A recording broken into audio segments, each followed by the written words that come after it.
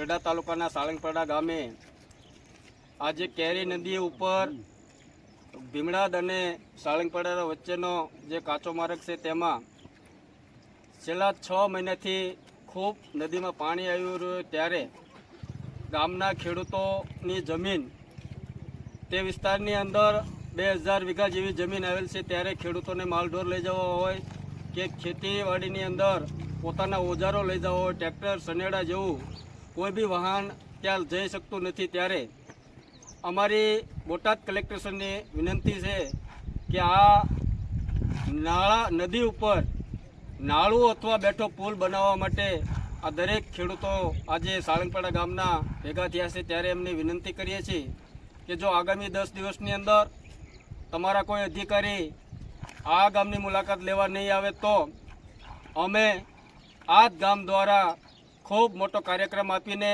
ખેડૂતોને સાથે રાખીને અમે ઉગ્ર આંદોલન કરશું।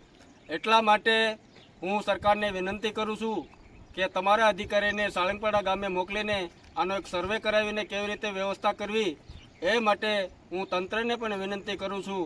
એટલા માટે હું દરેક મિત્રો અને ખેડૂતોને પણ વિનંતી કરું છું કે દરેક જાગૃત થાવ અને આ ખેડૂતો અત્યારે પણ અમે ચીમકી આપી છીએ જો સાળંગપડા ગામની અંદર આ પુલ નહીં બનાવવામાં આવે તો અમે આ ગામવાળા પણ વિસાવદરવાળી કરવા તૈયાર છીએ। ખેડૂતો આપણે વિસાવદરવાળી કરવા તૈયાર છીએ ને, એટલા માટે હું તંત્રને પણ વિનંતી કરું છું કે આ તાત્કાલિક આ ખેડૂતોને આવવા જવા માટેનો રસ્તો કરવામાં આવે। ભારત માતા કી જય। જય જવાન, જય જવાન, જય જવાન। ગામે ખૂબ જે સામાકાંઠો કહેવાય એની અંદર 2000 વીઘા જમીન આવેલી છે।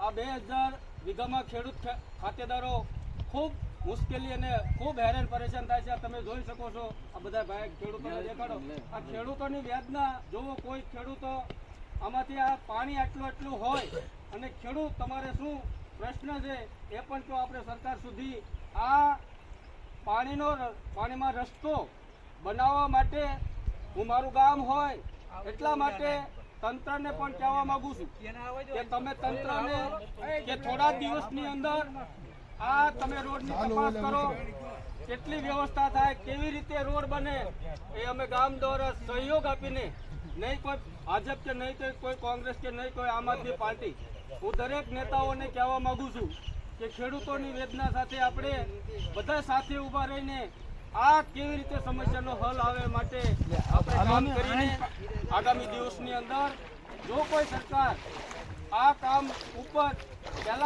પહેલો તો પ્રશ્ન એનો એવો કરવો જોઈએ કે આનું નિરીક્ષણ કરીને જો આ નિરીક્ષણ કરીને કોઈ વૈકલ્પિક વ્યવસ્થા કરવામાં ન આવે તો અમારા નેતા ઈસુદાનભાઈ ગઢવી, ગોપાલભાઈ ઇટાલિયા અથવા રાજુભાઈ કરપડા આ ગામની મુલાકાત લઈને ખેડૂતોની વેદના સાંભળવા આવશે। એટલા માટે અમે તંત્રને વિનંતી કરું છું કે બોટાદના કલેક્ટરશ્રી હોય કે એમને વિનંતી કરું છું કે તમારી ટીમ દ્વારા અમારા ગામની મુલાકાત લો અને ખેડૂતોની વેદના સાંભળો। આ ખેડૂતો છે, ખેડૂતોને પૂછો કે તમે કેટલા ટાઈમથી પસાર થયો છો અને શું કરો તમે અહીંયા પહેલો વરસાદ પ્રથમ પહેલા અમારે 14 ઇંચ પડ્યો। પહેલા વરસાદથી આજ સુધી ખેડૂતોને વાડીએ જવા માટે, ખેતરે જવા માટે, માલ ઢોરની નીણ પૂળો ઢોર વાડીએ લઈ જવા માટે એટલી બધી હાડમારી, કોઈ રસ્તો જ નથી, હાલવું ક્યાં વાડીઓમાં રહે અને વાડીઓમાં 25% ખેડૂતો વાડીઓમાં રહેણા છે તો એને ગામમાં આવવા માટે, કોઈ વસ્તુ લઈ જવા માટે એટલી બધી હાડમારી છે। તો સરકારને નમ્ર વિનંતી છે કે અમને તત્કાલ કંઈક ચાલવાની વ્યવસ્થા, પુલ બનાવી આપે કે બેઠો પુલ આપે, ગમે કે રોડ ભીમડાનો શરૂ કરાવી આપે, આવી અમારી નમ્ર અપીલ છે। કારણ કે કોણ સામું જોવે, ખેડૂતની વેદના કોણ જોવે, કોઈને તૈયાર જ નથી। બસ અહીંયા આવે, મિટિંગો કરે, બસ થઈ જશે તો કોઈ વસ્તુ થાય નહીં। જ્યારે ચૂંટણી હોય 5 દી અગાઉ આવી અને ખરેખરા મોટા વાયદા કરે થઈ જાય, બધું કરી દઈએ, તમે જે કોઈ કરવા તૈયાર છીએ, પણ ચૂંટણી પતી ગઈ એટલે કોઈ પણ વ્યક્તિને ટાઈમ નથી, સમજી લો। તમે અહીંયા ને અમે અહીંયા ખેડૂતોની શું હાડમારી છે, શું દિશા છે, જુઓ તો ખરા। આ ખેડૂતો પાણીમાં જાય છે, પહેલા વરસાદે 14 દિવસ વરસાદ પડ્યો ત્યારથી આજ તારીખ લગીમાં એટલા પાણીમાં ખેડૂતો અને અમારા બાળકો વાડીમાં રહે છે, એના સ્કૂલે બાળકો ભણવા આવે અને કેટલી બધી તકલીફ પડે. કોઈ સાંભળવા વાળું નહીં. અંધેરી નગરીમાં ગંડુ રાજા કોણ પૂછે? કોઈનું કોઈ છે જ નહીં. ખેડૂતોની વેદના સાંભળવા વાળું. આ બાળકો નિશાળે કેમ 4 મહિનેથી આવે છે એ અમારું મન જાણે. દફતર માથે મૂકીને કઈડામાં પાણીમાં રોજ બાળકો નિશાળે આવે.